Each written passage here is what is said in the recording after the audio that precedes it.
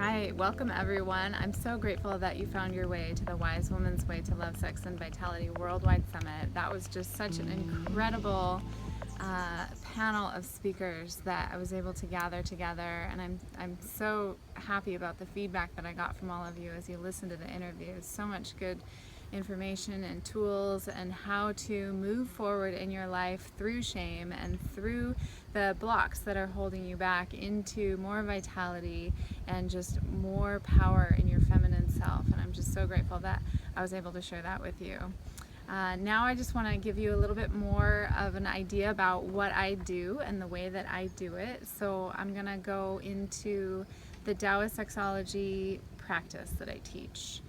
I'd like to start by defining the word sexology. So sexology is really a study or an observation of the sexual energy in your own body. You've got your glands, your endocrine system or your hormonal system. You've got your organs, which support the glands in functioning properly. And then there's the emotional component that happens when your estrogen levels rise and fall and your progesterone levels start to peak. And as you go toward perimenopause and postmenopause, all those same hormones are still happening in your body. They're just less. So they're not as much of this. They're more doing something like this, but it's still the same endocrine glands and hormones that we're working with. So as you observe this sexual energy in your own body, you're looking at your libido. So our desire for sexual play or encounter, intimacy, some of us have it, some of us don't. You know who you are. We know where we need our work in this whole study of sexual energy in our bodies, in this sexology. And others of you are going to need more work around your fertility or around your cycle regulation. If you are suffering from painful periods, PMS, breast tenderness, all those things are not normal. They're common. Many people have them, but they're not normal. So it's really important that we understand the difference between what's common and what's normal as we observe this sexual energy in our bodies. What's really important is to understand how your emotions ebb and flow as these hormones ebb and flow through your system. And so that's the sexology piece of this. So as you study with me, you're gonna study with yourself, your own body. What's going on for you from day 1 of your cycle to day 28. You're gonna be observing the sexual energy in your own body. As you work with me through this program, you're gonna be understanding when you're gonna have a day of the blues and when you're gonna have a day of more libido action. You're gonna really map out and know when to expect what at what point in your cycle, whether you're a cycling woman or whether you're in your power years. So with that, I want to go into now the definition of Taoism. You know, we hear all this stuff about the Tao, and that sounds really cool. What is the Tao? And a lot of us may have studied a little bit, and it means the way. So the Tao is the way. But then the question is, well, what is the way? And the way is actually the way of nature. So this practice really tunes you into the cycles in nature, the cycles of the moon. We're going to work with the 4 phases of the moon quite a bit, and how these cycles of nature move through your body on a daily basis, a weekly basis, a monthly basis, and a yearly basis. So it's really important to understand how nature is a part of you and you are a part of nature. And from that place, you can heal so much. And you can really move forward into more vitality, living your highest potential, really shining like the star that you came here to be on this planet. And so I'm so grateful to offer this practice to you because I think it can change you from the inside out, and then from there it can spiral and change the world around you. Let's go ahead and talk about those cycles of nature that are moving through you all the time. If you are a cycling woman, you go through this along with your menstrual cycle. If you're not a cycling woman, you go along these 4 phases that I'm about to talk about with the moon cycle. So you're either following the moon cycle from full moon to new moon, and back to full moon, or you're following your own moon cycle or menstrual cycle from the time you bleed to the time you ovulate to the time you bleed again. So the 4 phases correspond with the 4 weeks of the month. They correspond with the 4 seasons that we have every year. And if you think about it, the earth is this giant, big, beautiful body, and it has a whole year to go through these 4 seasons. And we are these tiny little physical beings, and we have only 1 month to go through these same 4 seasons. So we're moving a lot of energy through our bodies in just 1 month's time. So it's really important that we're prepared and we're ready for what's coming next, the next season. And we know when that transition is happening, and that's what gives us more time, more space, and more confidence in what's to come next. And we're not just constantly scattered and trying to catch up with life. So let's go through those 4 phases one by one.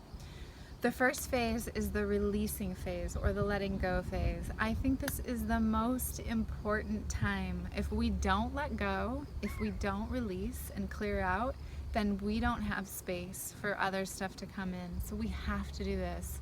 It can be the most challenging thing to do, but it's also the most powerful thing to do. And when you have proper tools to really truly let go and release, it just changes your whole reality, changes your whole game. So this is going to be phase 1. If you're menstruating, it's day 1 through 7 of your cycle. If you're not menstruating, this is full moon, day 1 to about day 7 from that full moon. This is the time when your estrogen levels go back, your estrogen and progesterone levels both go back to baseline. And from there they start to climb again, especially the estrogen starts to climb again. So you get sort of a reset at this time of the month. And this reset really offers you an opportunity to rest and to replenish, to give back to your body. If you're still cycling, this is a time you want to put more nutrients into your body. So a lot of seaweed, a lot of kelp, making bone broth is really important this time of the month. And even if you're not menstruating, kelp, bone broth is always going to help you out. So, one thing I like to do is make a big broth, put kombu and hijiki, different kinds of kelp in there. That way I'm getting the nutrients into the actual broth, and I just get it all in one go. So this is just a time when you have the opportunity to rest, to replenish, and to rebuild. And it's so important that you take this time. Then, after you have cleared the path inside of yourself, both physically and emotionally, then you have the opportunity to just be in a state of stillness, in a state of silence, in a state of the space that you've created for yourself. So a lot of times in our society, we clear out and then we're ready to go and on to the next thing, and we don't take this time to just really be in the presence and experience the contentment that comes from what we cleared out and what we've released. This is the time of acceptance. It's phase 2. It corresponds with the winter.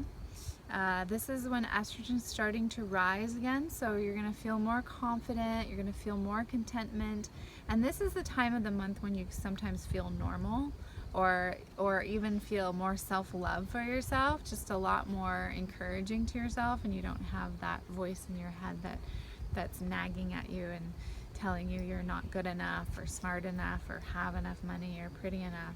So this is a really valuable time for you to just sit and be in the self-love and the juices that your hormones are naturally creating for yourself.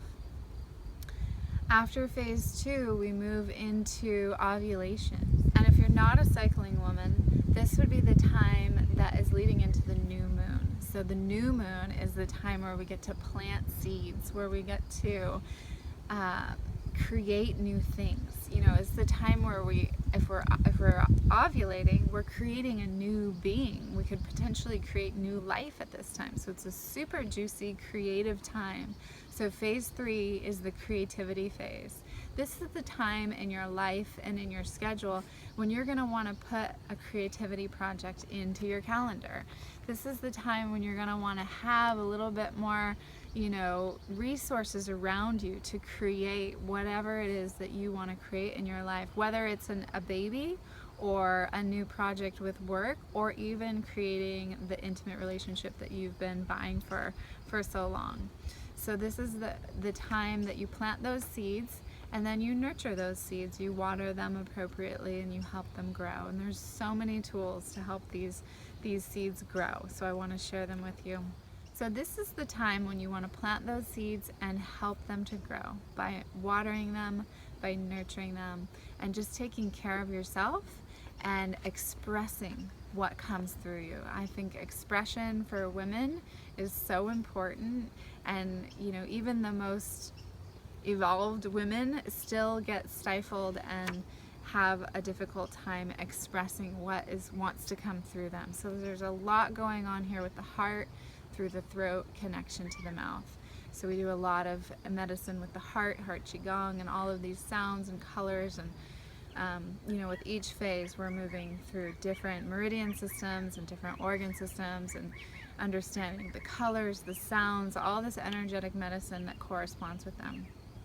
After phase 3, that big creativity time, we get into phase 4. So phase 4 is the time in your cycle where you've gone through this whole month of clearing out, of being in the contentment, and then from that place of stillness and contentment, the creativity comes through and you're able to really express and be in your power. Then you start to fill up with that energy. And there's this very fine line between being fulfilled within yourself and being too full. So it's important that you know where that line is, and you know that sometimes saying no to somebody else means saying yes to yourself. So those are the 4 phases. Those are the cycles that we work with in Taoist sexology. This is the way that I've chosen to teach it because it makes the most sense to me, coming from a long background of treating women's menstrual cycles, treating women's fertility issues, and helping women regain vital libido. The tool that I really want you to understand is something that you already have within yourself. So these are the 5 senses. These 5 senses are your physical connection to the outside world that bring you into the present moment of what's going on for you right here and right now. So you have the ability to listen, to taste, to touch, to see, and to smell, and these are so vital and so important for the presence that you provide for not only yourself but also whoever you're in relationship with. When you are living with these senses and really tuning into them, then you're living sensually. And that's what it means to use sensual vitality to create more energy and more abundance in your life. You're gonna find that you have better intimate connections, better relationships, your sex life will improve, your digestion's gonna improve. Not only your digestion of your physical body, but also the digestion of what's going on for you in your life, your ability to assimilate life's events more readily and more easily. You're also going to have a better intuition, and you're going to see greater opportunity arise from that greater intuition that you create for yourself using these 5 senses. So I want to just give you a little short meditation. So just go ahead and close your eyes for a moment. And as we go through this meditation, pick out which one of these 5 senses is the most prominent for you. Close your eyes and just breathe deeply into your body. And think of a time when you had a really great sensual experience. This could be a sexual experience that you had, or it could be an incredible meal that you had, or it could be a hot spring experience that you had. So some really nice, juicy, sensual experience. And put yourself in that place and in that time. And with your eyes closed, just start with the sense of vision, and notice, look around you and notice what you see. Notice the colors, notice the textures, notice the lighting all around you. And bring all that visual right in through your eyes. your liver opens to your eyes. So allow that visual energy to move from your eyes down into the right rib cage where your liver is. And just breathe into those visions. And just keeping the eyes closed, breathe into the sense of smell. Take a deep breath in and notice what you smell. What's around you? What's the scent? Is there an essence coming in? Breathing in that sense of smell, noticing how that changes the inside of you. Bring your attention now to this sense of listening. And really tune in to the sounds around you. Allowing the sounds to penetrate the ears. The kidneys open to the ears, so allow those sounds to travel down through your body and into your lower back area, and just healing the kidneys as they move through your body.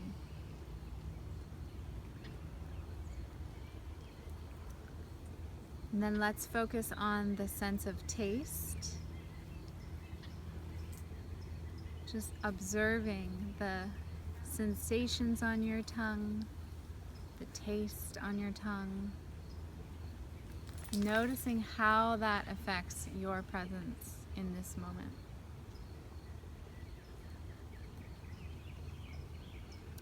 And then the sense of touch.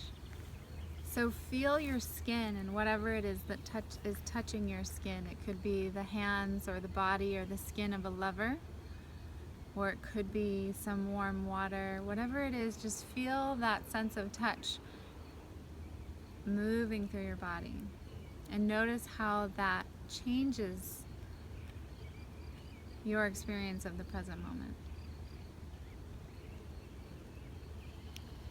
And so whichever one of those, you can open your eyes now, and whichever one of those 5 senses was really the most prominent for you, that's the one that you're going to want to work with the most. So my homework for you is over the next 5 days to really pay super close attention to that particular sense and use it to bring yourself into the present moment again and again for the next 5 days. And see how that changes your whole nervous system. It brings you into the moment. It allows your nervous system to drop down several notches, which allows everything in your body to function better. Sensuality is such an important tool that you have with you all the time. You have these 5 senses. They're always with you. You want to understand your predominant one. You want to pick that one out, know which one it is, and then find it and use it for the next several days. From that point you can grow and you can expand into the next sense. You're gonna have a secondary one and you can use that one as well. But using and living sensually like this allows you to have a deeper intuition because you're paying closer attention to the present moment. And from that deeper intuition, more opportunity arises and your life is gonna change. You'll see. I love guiding women to understanding their senses on a deeper level, to help them realize and utilize their primary sense, their secondary sense, and to build and to expand from there is just such a fun process. So I look forward to working with you. So I didn't always have these tools. I was not always as confident as I am today. In fact, my very first sexual experience was one that I wish no woman ever had to go through. I was just 19 years old and I had been dating someone who I thought that I could trust. I thought we were on the same page. And then one night, after just a couple of drinks, I blacked out and he took advantage of me. So that night he raped not only my physical body, but my innocence and my tenderness and my openness. So this experience took me some time to even figure out what had happened. It was several days before I even realized that I had been raped. I told my friend what had happened, and she was actually the one who let me know that what had happened was that I had been raped. And when she said that, I knew for sure that that was what happened. And my whole system, my whole physical, emotional, and spiritual system just fell deep, deep, deep into the ground. And it took time for me to come back out and for me to heal. A few days after this experience, I felt nauseous, I felt sick, I felt like flu-like symptoms, and I just wasn't sure what was going on. So I took a pregnancy test, and thank God it was negative, because that would have been a really hard experience to go through at age 19, to have gone through a date rape and to have gotten pregnant from it. But after I took the pregnancy test and it was negative, the nausea continued. I continued to feel sick and to feel terrible day after day, and I didn't know what was wrong with me. So I took a second pregnancy test 4 days after that, and this time it was positive. So there I was, 19 years old, pregnant from a rape, and I was devastated. It was as if I was outside of myself, looking down and watching the whole experience happen from some other perspective. It was a disassociation. So I had to heal very, very deeply. I had to come back into my body. I had to heal all of these wounds from a very deep place. I went and I got my hormones back on track, because of course during that pregnancy that threw everything out of whack, and I made the choice to let that child go. And when I did that, that was the day that I got on my healing path. And I have been healing ever since. I've been on that path ever since. I healed my own physical body, and then my spiritual self, my emotional body, and now I just love to help other women heal the traumas that they've been through, because many of you can relate to this experience. Many of you know other women who have been through this experience, and it's just so important for us to heal at a deep level so that we can be who we really came here to be, so that we can express what we really came here to express. So I want to give you 3 really valuable tools that helped me in so many ways as I healed from that experience. The first one is your sex drive. Libido 101. It's so important to understand your libido and what you can do to support it, what you can do to augment it. And there's just a few simple things that I want to share with you. So eliminating hormone disruptors is so important. You're going to want to eliminate things like xenoestrogens. What are xenoestrogens? They are estrogen-like substances in our environment that get into our bloodstream. They mimic estrogen in our bloodstream, and then our body thinks that we have enough of that. So it's important to eliminate those. That's going to look like plastic water bottles, inorganic foods, and even the air that we breathe can carry these toxic chemicals in it.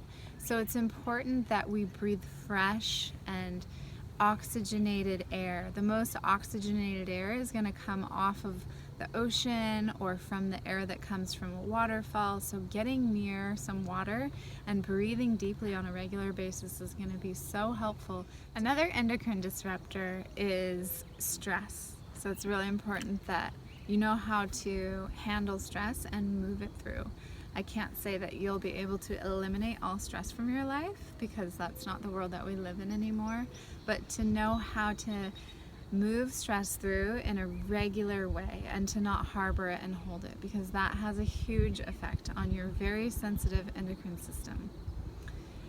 Another thing that you can work on eliminating is actually your elimination system, making sure that your elimination system is working and functioning optimally. This means that you're having really good, really healthy bowel movements once or twice a day. This is actually when you have a good bowel movement, that is when you are excreting all those xenoestrogens, plastics, and toxins that are in your bloodstream and in your body. They get wrapped up in the bowels and you move them out that way. So that's super important. You want to make sure that you're sweating on a regular basis. And then also your urination is another elimination system. So all those need to be working really well. Taking in plenty of filtered water is also very, very important. And sometimes people get a little bored drinking water. Just squeeze a little lemon in there or a little bit of apple cider vinegar and it just changes the whole water experience. So there's many things that you can do to just make your elimination of these disruptors fun, easy, and fast.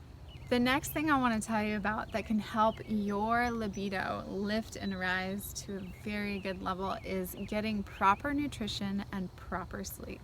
So going to bed at the same time and waking up at the same time, regulating your body from the inside out, and then eating at regular times throughout the day, making sure that your blood sugar is balanced from the time you wake up to the time you go to bed. If you go more than 4 hours without eating, your blood sugar is going to crash and you're going to get cranky and moody. So it's really important that you eat every 3 hours about. You want to plan on eating something about every 3 hours. And as far as nutrition goes, I wrote an entire cookbook for what to eat every single day of the month for a perfect, beautiful, balanced endocrine system. And so it's all in that book. Eating right for your endocrine system, for your libido, is essential. And then the next thing that will really support your libido is having all of your glands on board and functioning to optimal potential. So the thyroid gland is the one that often goes out and it follows the adrenal glands. The adrenal glands get stressed out by our very fast-paced life that we live, and it sort of relays to the thyroid. And from there, everything can get off balance. But the whole endocrine system is like a string. They're all talking to each other. So all of your glands make up your endocrine system along with some particular organs, and they are all speaking to each other. So we need to make sure that they're all hearing each other and that they're all speaking clearly. And the next valuable tool that I want to give you is what I call use it or lose it. If you don't use your libido, it's definitely not gonna want to play with you. So you're gonna want to start to play with it. There's different ways to do this. There's something that we call in the Taoist sexology practice, we call it self-cultivation. So cultivating your own sexual energy. This could look like actually playing with your own sexual energy in your body. It could also look like really enjoying a really good song or a really good meal or a really incredible scent that you're smelling. Moving those sensual energies through your body on a regular basis. Living sensually is what this is really about. When you're living sensually, you're using your sexual energy for more energy and vitality. I teach a practice in my program called ovarian breathing, and with that ovarian breathing work, you actually get to draw the sexual energy from your ovaries up through your body and into your adrenal glands. And what it does is it fills up the adrenal glands with more energy and more chi, so that you have more to work with in your life. So the final tip that I want to share with you today is one that is so powerful and so it's the number one thing actually, that if you really tapped into this part of your feminine self, and both men and women have this, but when you really tap into this part of your feminine self, it changes everything. And what this is it's receptivity. So it's divine receptivity, diving into life to receive all the goodness and all the joy and all the positive things that are coming to you. When you focus on the positive, more positive things come to you. When you focus on what you're grateful for, more of that is going to come to you. And when you receive what you're grateful for, more of that is going to come to you. So let me just play with you for a second. Go ahead, close your eyes, and take a nice deep breath in, and then take a nice deep breath out. And do that one more time. Take a deep breath in, take a deep breath out, and this time receive a deep breath in, and receive a deep breath out. And the second time, receive a breath in, and then receive that breath out. And just notice the difference between receiving the breath and taking the breath. When we're super focused on one thing that we're going out and getting, we're missing a lot of opportunity that's all around us. So when we walk through the world in a more open, more expansive, and receptive way, so much more can come to us. And when it does, we can receive it in. It can create more beauty and more power within ourselves and in our lives. And that just allows us to be more in our expression, more in our femininity, and it will change the world around you. People will notice it. They'll be inspired by it. They're going to want to do the same thing. They'll admire it, and it will inspire them to do that same process of receiving. And let me just say something about receptivity. You know, I used to think that I was very receptive, and I thought, oh, of course, I'm receiving all the time. Yes, I'm totally receptive. But it wasn't until I really started actually doing it that all these things started coming to me. I mean, all this money started pouring in. I entered into a fabulous relationship that I've been in for 3 years after being single for 5 years. And I also got a brand new car. So all these things started actually coming in when I truly, truly stepped into my receptivity. Because you're either doing it or you're not. You're either receiving or you're not. And so it's a really powerful practice that you can do every day. And you can use your 5 senses to receive each taste, each touch, each sensation that comes to you. You can use that power to find presence and to find balance and to create more abundance for yourself. So I've opened up my schedule for some free sensuality awakening sessions because I want to meet you. I want to work one-on-one with you. Download the application and email it back to me. My assistant will be in touch to schedule our appointment, and I so look forward to connecting with you personally. Namaste.